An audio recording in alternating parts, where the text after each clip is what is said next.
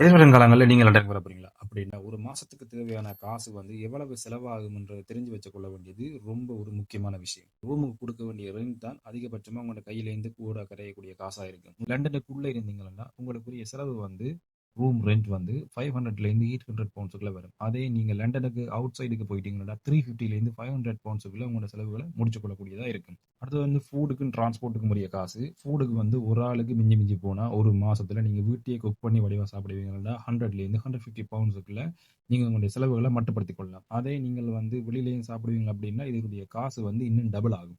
அடுத்தது வந்து டிரான்ஸ்போர்ட்டுக்கு பார்ப்போம். டிரான்ஸ்போர்ட் வந்து லண்டன் சிட்டிஸ்க்குள்ள இருக்கிறவர்களுக்கு வந்து 100, 110 பவுண்டுக்குள்ள வந்து டாப் அப் பண்ணீங்கன்னா, நீங்க அன்லிமிட்டட் டிராவலிங் கார்டு வந்து எடுத்துடலாம். அப்ப 110 பவுனோட எங்கனாலும் போயிட்டு வரலாம். வந்து லண்டன் சிட்டிஸுக்கு அவுட்ல போயிட்டீங்கன்னா, அதுக்கு வந்து பேமெண்ட் இதை விட ட்ரிபிள் மடங்கு கூடவா இருக்கும்.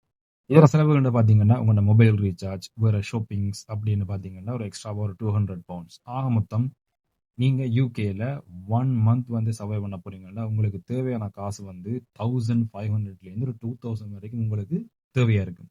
இதே நீங்க ஸ்டூடெண்ட்டா வந்துக்கிட்டீங்கன்னா, ரொம்ப கஷ்டப்பட வேண்டி வரும்.